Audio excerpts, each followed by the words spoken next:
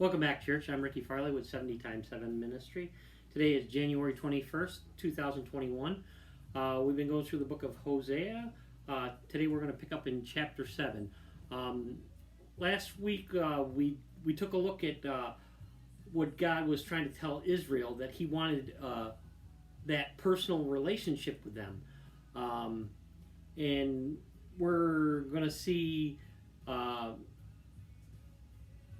Israel's disobedience today and their reliance on other things such as the nation and idols and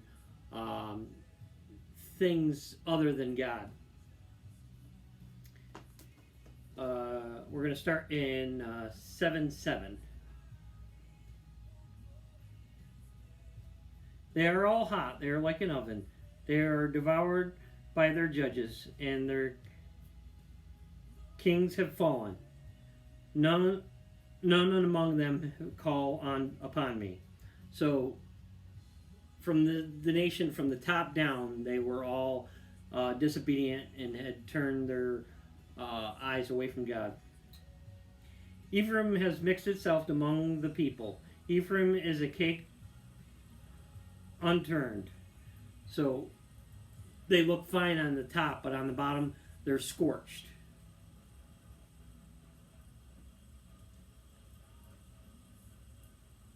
Aliens have devoured his strength, but he does not know it. Yes, gray hair are there on him, yet he does not know it. And the pride of Israel testifies to his face, but they do not return to the Lord their God, nor seek him for all this. Ephraim also is like a silly dove that without sense. They call to Egypt, they go to Assyria. Wherever they go, I will spread my net on them. I will bring them down like birds of the air. I will chasten them according to their congregations has heard. Woe unto them, for they have fled from me. Destruction to them, because they have transgressed against me. Though I redeemed them, yet they have spoken lies against me. They did not cry to me with their hearts when they walked upon their beds. They assembled together for grain and new wine. They rebelled against me. Though I disciplined them and strengthened their arms, yet they devise evil against me. They return, but not to the Most High. They are like treacherous bows. Their pride shall fall by the sword, for their curse their tongues. This shall be their desire in the land of Egypt. So this is a stern warning that Hosea is bringing to Israel and Judah.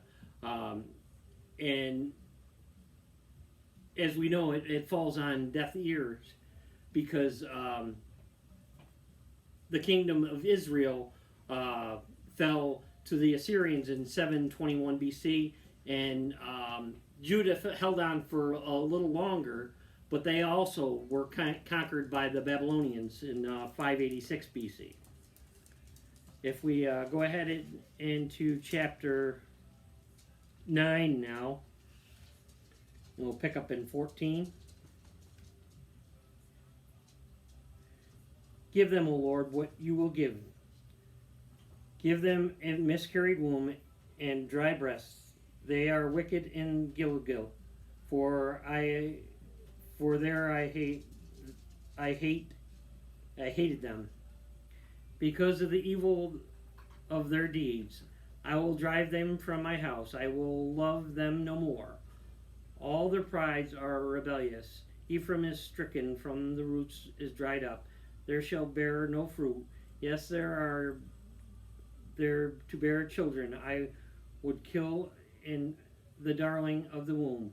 My God will cast them away, because they did not obey him, and they shall be wandering among the nations. Okay, so here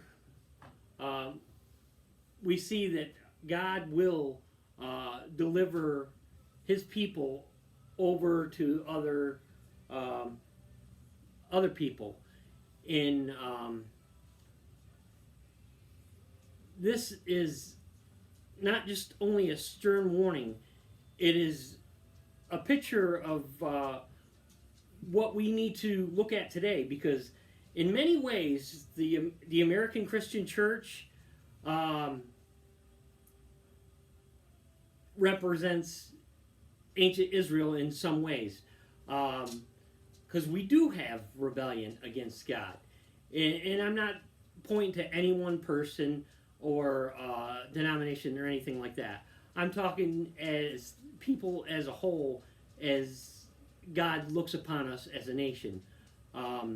There are things of wickedness that are very displeasing to God, and as a nation, we need to, like Israel and Judah needed to do, was turn their eyes back to God, and that's what he was saying, that they had completely turned a blind eye to God and looked to other things and to their inner selves, but not to God. And as Hosea is warning to Israel, he is also warning to us today. And this is something that we need to take to heart. But we do have that silver lining that I was talking about, that God wants a personal relationship to us. So there is that opportunity to turn back to him. And in next week, in our final week, we're going to look at some reasons why God does this and what are the benefits of that. If you like what you heard here today, please share it with a friend.